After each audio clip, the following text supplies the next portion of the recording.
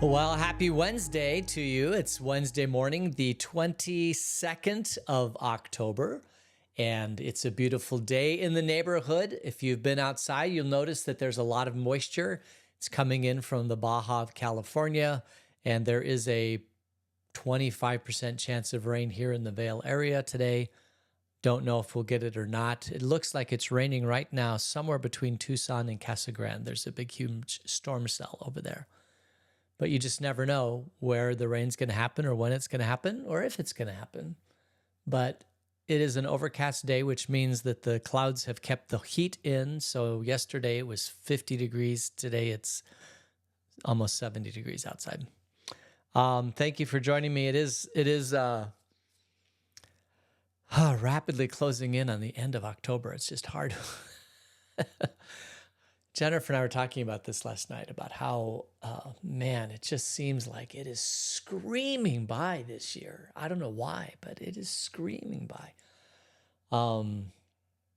I don't understand it. It's just the weirdest thing. Anyway, let me close out that. As far as birthdays go, we don't have any birthdays today, so I can close that out. We talked about the weather. Yeah, there's a storm cell. Where is that? Let's see if there's a town. Ironwood Forest National Monument, right there. Or Anagam or Santa Rosa. They got hit a little bit this morning. I've never even heard of Ironwood Forest National Monument. That's interesting. I wonder what it looks like. And Anagam. I've never heard of Anagam. It's all part of the Tohono O'odham Nation, and I don't go on there very often. Yeah. All right. Let's see. Let's go ahead and get into our study. We're in Numbers chapter 7. And just as a precursor to this, if you'll remember, we had Genesis, and then we had Exodus. And Exodus, they start wandering, going to the Promised Land. And then after Exodus, you have Numbers, you have Genesis, Exodus, Leviticus, were all the instructions to the Levites. And now we're in Numbers to try to figure out how many people there are. And it's also setting up to get into the Promised Land. And then we have Deuteronomy, which is this restatement of the law. And then they go into the Promised Land. And that whole time lasts about 40 years. But it's in Leviticus, Numbers, Deuteronomy, there's not really a whole lot of clear, concise timeline, because now we're going back to talk about the temple and the gifts for the temple or the tabernacle. And this happens pretty much at the end of Exodus chapter 40. So the timeline of all this, and we've seen this in other books of the Bible too, is not necessarily chronological as is topical, I guess you could say. Because we could be just right at Exodus chapter 40 right now. We don't know for sure. That's most likely where we are. Okay, so this is the offerings that go to the dedication of the temple. And let's just go ahead and start reading. This is Numbers chapter 7. When Moses finished setting up the tabernacle, he anointed and consecrated it and all its furnishings. He also anointed and consecrated the altar and all its utensils. Then the leaders of Israel, the heads of families, who were the tribal leaders in charge of those who were counted, made offerings. They brought as their gifts before the Lord 6 covered carts and 12 oxen, an ox from each leader and a cart from every 2. And these they presented before the tabernacle. So this is a lot of stuff, and it's being presented to Moses and Aaron. These are gifts to the tabernacle. It doesn't appear that at this point Moses is commanding gifts. It sounds like these people are voluntarily giving gifts. If you are giving a gift to God, it is voluntary. And this is the excitement, I guess you could say. This is the joy of the New Testament, is that we're not required to give anything to the temple, to the tabernacle, to the work of God. But if we voluntarily do it, there's incredible joy associated with it. And so this is what flows out of a follower of God because of the many blessings upon which God has given us. Let me put it that way. And the Old Testament would have been no different. And they didn't have much, not like today, but they had what they did have, they did provide. And so let's see what it is that they give. Let me just move this down a little bit, make it a little bit easier to continue reading. All right. The Lord said to Moses, "Accept these from them, that they may be used in the work at the tent of meeting. Give them to the Levites as each man's work requires." So Moses took the carts and oxen and gave them to the Levites. He gave 2 carts and 4 oxen to the Gershonites as their work required, and he gave 4 carts and 8 oxen to the Merarites as their work required. They were all under the direction of Ithamar, son of Aaron, the priest, but Moses did not give any to the Kohathites, because they were to carry on their shoulders the holy things for which they were responsible. And we'll remember we read earlier that in the tribe of Levi, you had these sons, and 2 of the sons are responsible for taking down the fabrics and carrying those things. Another was to take care of all the wooden frames and all of those things. And then the other tribe was to carry all the utensils and the Holy of Holies and all of those things. So there were 3 sons. They were kind of divvying up the responsibility, but it was their job to move the whole tabernacle. And that would have been the Kohathites that they carry the utensils and the Ark of the Covenant.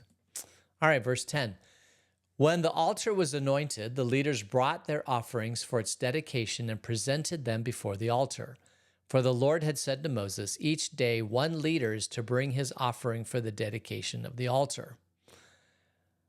So when they anoint the altar, each day 1 leader brings his offering as a dedication to the altar. All right. Let's see what these dedications look like. Maybe I'll do this.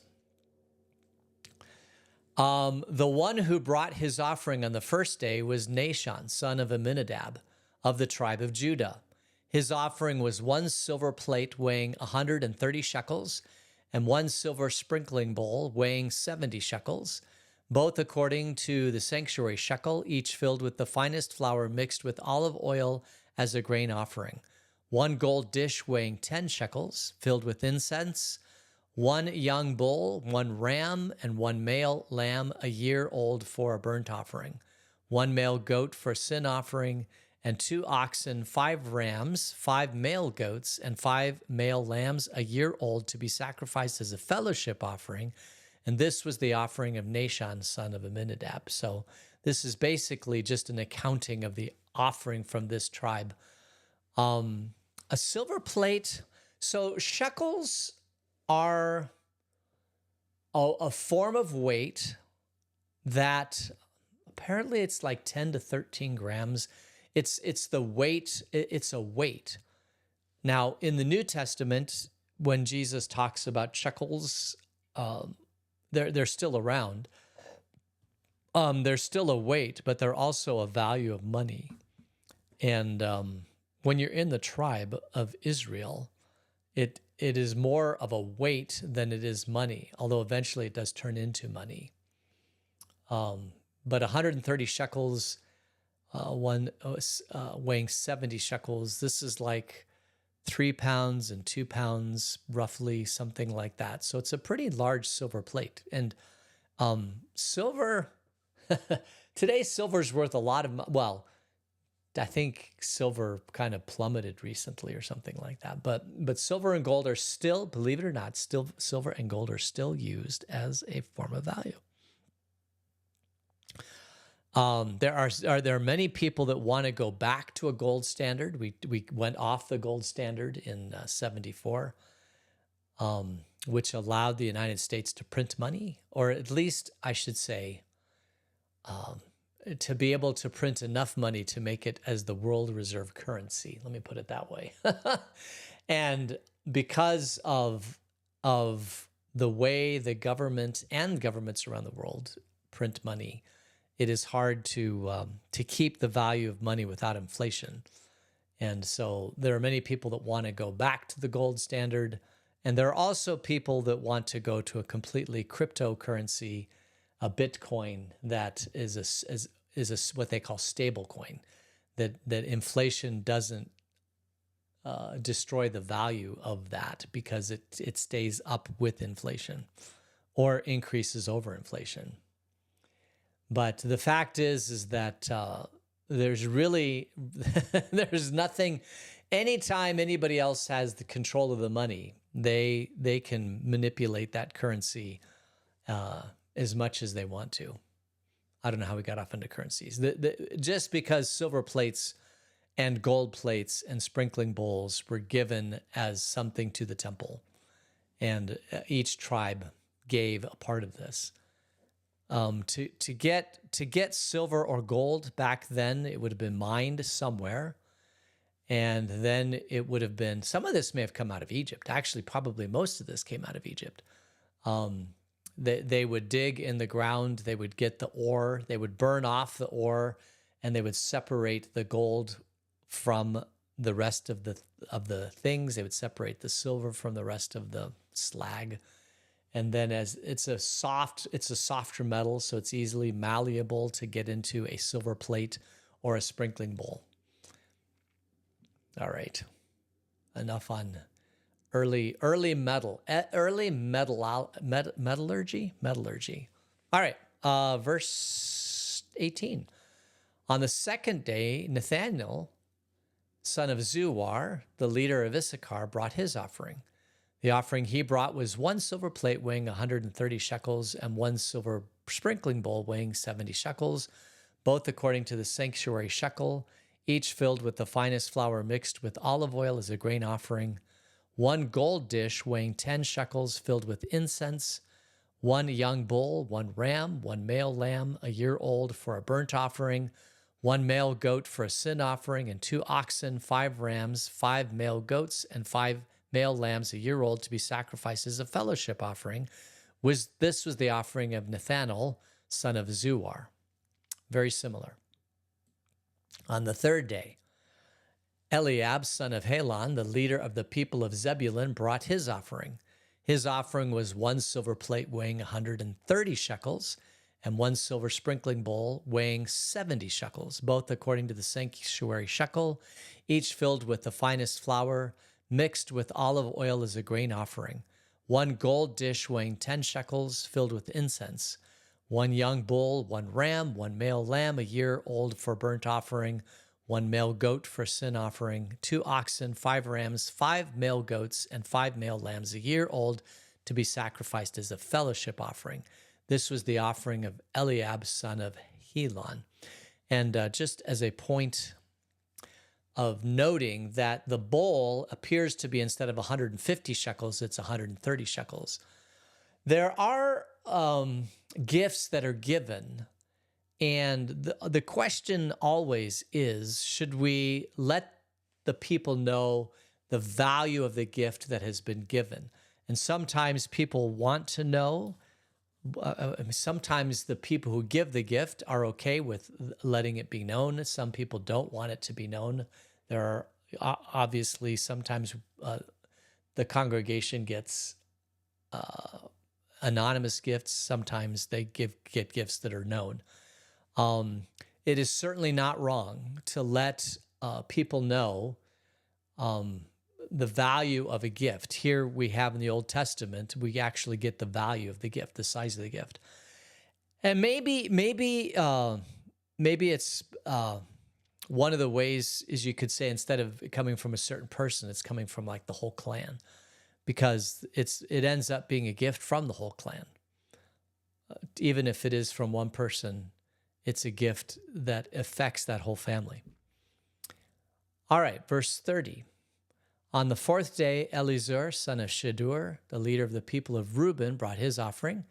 His offering was 1 silver plate weighing 130 shekels, 1 silver sprinkling bowl weighing 70 shekels, both according to the sanctuary shekel, each filled with the finest flour, mixed with olive oil as a grain offering, 1 gold dish weighing 10 shekels, filled with incense, 1 young bull, 1 ram, 1 male lamb, a year old for the burnt offering, 1 male goat for the sin offering, and 2 oxen, 5 rams, 5 male goats, and 5 male lambs, a year old, to be sacrificed as a fellowship offering. This was the offering of Eleazar, son of Shadur. All right, and then we're going to get to the fifth day. On the fifth day, Shelumiel, son of Zurishaddai, the leader of the people of Simeon, brought his offering. His offering was 1 silver plate weighing 130 shekels, 1 silver sprinkling bowl weighing 70 shekels, both according to the sanctuary shekel, each filled with the finest flour mixed with olive oil as a grain offering, 1 gold dish weighing 10 shekels, filled with incense, 1 young bull, 1 ram, 1 male lamb a year old for burnt offering, 1 male goat for sin offering, and 2 oxen, 5 rams, 5 male goats, and 5 male lambs a year to be sacrificed as a fellowship offering. This was the offering of Shelumiel, son of Zurishaddai. On the sixth day, Eliasaph, son of Duel, the leader of the people of Gad, brought his offering. His offering was 1 silver plate weighing 130 shekels, 1 silver sprinkling bowl weighing 70 shekels, both according to the sanctuary shekel, each filled with the finest flour mixed with olive oil as a grain offering, 1 gold dish weighing 10 shekels, filled with incense, 1 young bull, 1 ram, 1 male lamb a year old for burnt offering, 1 male goat for sin offering, 2 oxen, 5 rams, 5 male goats, and 5 male lambs a year old to be sacrificed as a fellowship offering. This was the offering of Eliasaph, son of Duel. On the seventh day, Elishama, son of Ammihud, the leader of the people of Ephraim, brought his offering. His offering was 1 silver plate weighing 130 shekels and 1 silver sprinkling bowl weighing 70 shekels, both according to the sanctuary shekel, each filled with the finest flour mixed with olive oil as a grain offering, 1 gold dish weighing 10 shekels, filled with incense, 1 young bull, 1 ram, 1 male lamb a year old for burnt offering, 1 male goat for sin offering, and 2 oxen, 5 ram, 5 male goats, and 5 male lambs a year old to be sacrificed as a fellowship offering. And this was the offering of Elishama, son of Ammihud. On the 8th day, Gamaliel, son of Pedazur, the leader of the people of Manasseh, brought his offering. His offering was 1 silver plate weighing 130 shekels and 1 silver sprinkling bowl weighing 70 shekels, both according to the sanctuary shekel, each filled with the finest flour mixed with olive oil as a grain offering, 1 gold dish weighing 10 shekels, filled with incense, 1 young bull, 1 ram, 1 male lamb a year old for the burnt offering, 1 male goat for the sin offering, 2 oxen, 5 rams, 5 male goats, and 5 male lambs a year old to be sacrificed as a fellowship offering. This was the offering of Gamaliel, son of Pedazur. On the 9th day, Abidan, son of Gideoni, the leader of the people of Benjamin, brought his offering. His offering was 1 silver plate weighing 130 shekels and 1 silver sprinkling bowl weighing 70 shekels, both according to the sanctuary shekel, each filled with the finest flour mixed with olive oil as a grain offering, 1 gold dish weighing 10 shekels, filled with incense, 1 young bull, 1 ram, 1 male lamb a year old for the burnt offering, 1 male goat for the sin offering, and 2 oxen, 5 rams, 5 male goats, and 5 male lambs a year to be sacrificed as a fellowship offering. This was the offering of Abidan, son of Gideoni. The 10th day, Ahiezer, son of Ammishaddai, the leader of the people of Dan, brought his offering. His offering was 1 silver plate weighing 130 shekels and 1 silver sprinkling bowl weighing 70 shekels, both according to the sanctuary shekel, each filled with the finest flour mixed with olive oil as a grain offering, 1 gold dish weighing 10 shekels, filled with incense, 1 young bull, 1 ram, 1 male lamb, a year old for the burnt offering, 1 male goat for the sin offering, 2 oxen, 5 rams, 5 male goats, and 5 male lambs, a year old, to be sacrificed as a fellowship offering. This is the offering of Ahiezer, son of Ammishaddai. On the 11th day, Pagiel, son of Okran, the leader of the people of Asher, brought his offering. His offering was a silver plate weighing 130 shekels, 1 silver sprinkling bowl weighing 70 shekels, both according to the sanctuary shekel, each filled with the finest flour mixed with olive oil as a grain offering, 1 gold dish weighing 10 shekels, filled with incense, 1 young bull, 1 ram, 1 male lamb, a year old for burnt offering, 1 male goat for sin offering, and 2 oxen, 5 ram, 5 male goats, and 5 male lambs, a year old, to be sacrificed as a fellowship offering. This was the offering of Pagiel, son of Okran. On the 12th day, Ahira, son of Enan, the leader of the people of Naphtali, brought his offering. His offering was 1 silver plate weighing 130 shekels, 1 silver sprinkling bowl weighing 70 shekels, both according to the sanctuary shekel, each filled with the finest flour mixed with olive oil as a grain offering, 1 gold dish weighing 10 shekels, filled with incense, 1 young bull, 1 ram, 1 male lamb, a year old for burnt offering, 1 male goat for sin offering, and 2 oxen, 5 rams, 5 male goats, and 5 male lambs, a year old, to be sacrificed as a fellowship offering. This was the offering of Ahira, son of Enan. These were the offerings of the Israelite leaders for the dedication of the altar when it was anointed: 12 silver plates, 12 silver sprinkling bowls, and 12 gold dishes, each silver plate weighing 130 shekels, and each sprinkling bowl 70 shekels. Altogether, the silver dishes weighed 2,400 shekels according to the sanctuary shekel. The 12 gold dishes filled with incense weighed 10 shekels each according to the sanctuary shekel. Altogether, the gold dishes weighed 120 shekels. The total number of animals for the burnt offering came to 12 young bulls, 12 rams, and 12 male lambs, a year old, together with their grain offering. 12 male goats were used for the sin offering. The total number of animals for the sacrifice of the fellowship offering came to 24 oxen, 60 rams, 60 male goats, and 60 male lambs, a year old. They were the offerings for the dedication of the altar after it was anointed. When Moses entered the tent of meeting to speak with the Lord, he heard the voice speaking to him from between the 2 cherubim among the atonement cover on the Ark of the Covenant. In this way, the Lord spoke to him. All right, so these are all the different offerings from the different tribes. And if you'll remember, we read earlier that each tribe was to provide. There were 12 tribes, 12 months. Each tribe was to provide an offering to the tabernacle so that the priests were be able to survive because they didn't farm. This was given to them as part of their work in the temple, and their sustenance came from the other tribes, basically. And this is more of an indication of what those gifts look like and how they were given to the temple. And it may seem like overkill and redundancy because it's very, very similar between each tribe.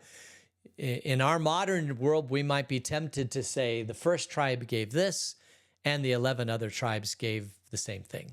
But it is fair and valuable to actually have in writing and to honor the sacrifice of each tribe by actually listing out what each tribe gave. And so Moses does this. He writes down what each tribe gives, and each tribe gets its due writing for posterity. This is what you gave, and I'm going to honor that gift by even though it sounds like it's a redundancy, I'm going to honor it by writing it out. And so he does that. And then Moses, after all of this is given, Moses goes into the tent of meeting, and he heard the voice of God speaking to him. This is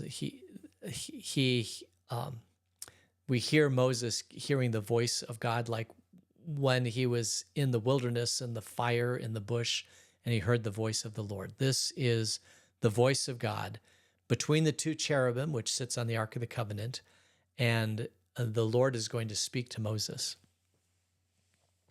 All right. Man, that's a lot of stuff. Not a whole lot of commentary there.